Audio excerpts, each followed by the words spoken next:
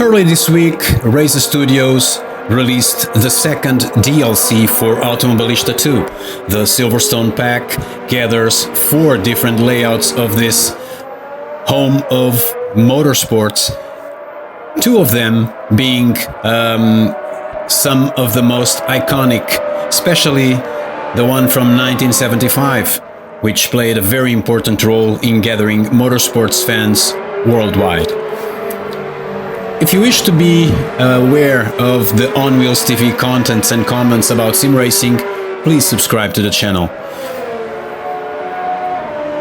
Obviously, with this DLC, and since Razer Studios also released for Automobilista 2 2 cars, free cars, added to the Formula Vintage Gen 2 collection, the Lotus 49C and the Brabham BT26A, I thought it would be a good idea to take the Lotus 49C, the beautiful Lotus 49C, to this 1975 layout of Silverstone. Back in the day, as you can see, guys, there were no guardrails, or at least there almost were no guardrails. There were some wood fences, there were high curbs, and there was a lot of guts in the drivers behind the wheel of these powerful cars that were risking their lives. At the same time, they were developing their talent and feeding on their motorsports passion. That didn't finish when these drivers stopped competing and remains alive, such as this 1975 layout of Silverstone. No, you cannot drive it in real life. This track has progressed. It is one of the most safe and high-tech motorsports facilities to date. But in sim racing, miracles do happen, and Razer Studios did in fact perform a miracle when they released this Silverstone Pack, their second outrageous proposal for sim racing fans all over the world. Outrageous why? Well, because the sim is animal. This Automobilista 2 is absolutely animal. It is, in my opinion, as close as one sim can be nowadays from perfection, with awesome graphics, awesome physics, and beautiful and accurate and awesome sounds. Well, this is what makes us sim racing passionate people dream.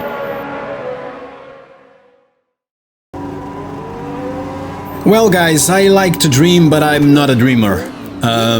Therefore, it's always better for me when I'm able to get to live an experience, which is what I did with Automobilista 2, with the Silverstone Pack, with the layout of the track, and with the Lotus 49C. I took it to the track, I tried to get to the limits of the car and the limits of the track, and I learned a new way of dancing with the classics. Because that's what's gonna happen to you when you try this car in this track. So bear with me for a while. Almost no aerodynamics, a lot of power, no traction control, no ABS, 2 tiny wings in the front, 1 big wing in the rear, a lot of airflow, yeah, almost no downforce, and, well, you can imagine what's gonna happen. It struggles with understeer, then it struggles with oversteer. It's tricky to discover in such a high-speed track such as this one what is the ideal braking point, where should you brake before dealing with each of the corners. The track almost has no elevations, so you won't be taking advantage almost anywhere in this track of an hill climb to brake. At the same time, you also don't have to deal with a massive descent to brake. But the challenges are all there. except for the G-forces, basically the challenges those brave drivers from back in the day had to deal with when racing here, these cars. Basically, you can feel them here in the sim also, and have a shred of an idea on how tricky and how difficult were races back in the day, and how brave and talented these guys had to be, crazy at times, to be able to risk their lives just for the taste of champagne. Yeah, Automobilista 2 is so good as a sim that it can provide you with accurate and outstanding physics in any of the cars available at the moment. And that includes this Lotus 49C and all the other Formula Vintage Gen 2 class cars, which is the class where this brand new Lotus 49C and the Brabham BT26A are part of since early this week. The update, another update, version 1.012 of the sim. I believe I said it correctly, yeah? At the same time as the Silverstone Pack DLC was released. So with the Silverstone Pack, you have 4 fantastic layouts, accurately replicated to the sim. Layouts in which you will be able to relive and understand the philosophy and the magic that makes Silverstone one of those special places in motorsports history. More than that, you can race in it. You can say to your friends, if you have some, that raced back in the day, or that were here watching races in this track back in the day, you can tell them, well, now I can drive in it, because I have it in Automobilista 2. And that is one of the good things about sim racing. It's not just to make the sport arrive in a democratic manner to anyone who enjoys it, who loves it. It's also having those people, providing those people with a chance of experiencing those layouts they heard of, but they cannot see anymore in reality, because technology, development, and the progress made them disappear. Life takes its course, but sim racing is one of those activities where we can remember and we can relive, experience, and enjoy the good things that the past brought to us.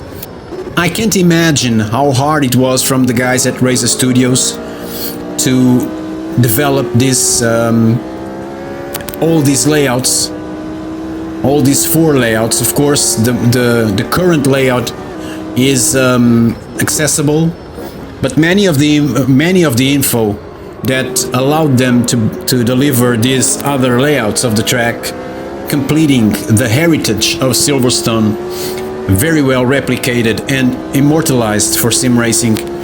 I can't even imagine how hard they had to work together as much info as they could to provide us users with the most accurate possible version of this track, regardless of the year they brought to this sim, regardless of which one of the 4 layouts we now can enjoy. This is the beauty of sim racing, guys. In sim racing, motorsports fans that don't mind to experience their passion in a computer have the possibility to relive all that was part of motorsport to date, even those things that us mortals, when we go to Silverstone, we can't experience anymore. And that is one of the things why sim racing should be, and hopefully will be, more taken care of by the real motorsports community, because it plays a huge role in allowing all of us, virtually or physically or in reality, to know more about this amazing sports we all love and name motorsports. So, more than a review video, this is a video where I also share my passion and my commitment to help promote sim racing, because sim racing is motorsports. Guys, I hope you try this. I hope you try this amazing car. I hope you try this DLC.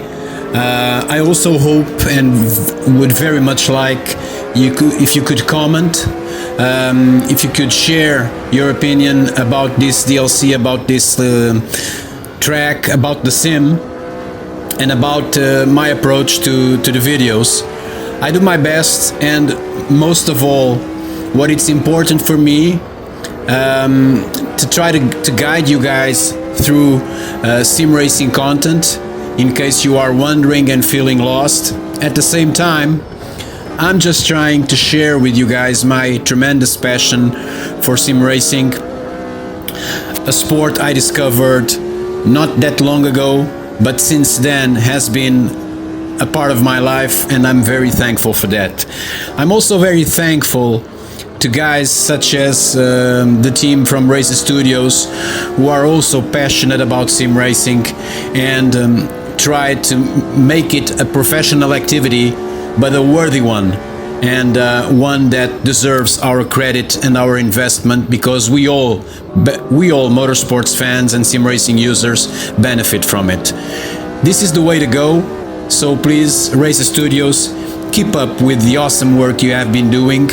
I'll be here, as I'm sure many of us, to enjoy it and be part of this different way of motorsports.